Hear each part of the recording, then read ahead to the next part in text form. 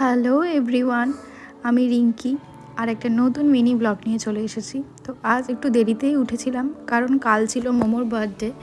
তো তার জন্য একটু শুতেও দেরি হয়ে গেছে। সকালে উঠে গেছিলাম পড়াতে, পড়িয়ে ফিরে দেখি প্রায় 1:45 বাজে। তো তারপরে আমি স্নানে চলে গেলাম। স্নান সেরে গেছিলাম একটু ছাদে। এই এত রোদে দেখি ওখানে ছাদে গিয়ে মিনু বসে আছে। তো খুব ভালোই রোদ উঠেছিল দুপুরের সময়।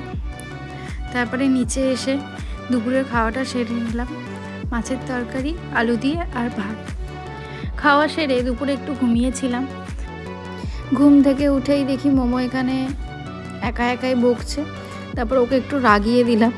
রাগাতেই দেখি ও একদম দৌড়ে এসেছে আমাকে মারবে বলে। তারপরেই এইসব করতে করতে রেডি হয়ে গেলাম।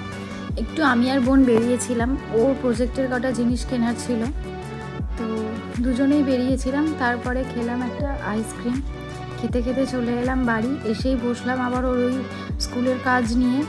তারপরে আজকে রাতে খেয়েছিলাম মোগলাই আর চিকেন মোমো। তারপরে খাওয়া দাওয়া সেরে দেখি মোমো একটা চিপস খাচ্ছে আর রিমঝিম কী করছে, ওর হাত থেকেই ওরকম তুলে তুলে খেয়ে নিচ্ছে। মোমো এটাতে খুব মজা নিচ্ছিল। তারপরে এইসব দেখতে দেখতে চলে গেলাম ঘুমাতে।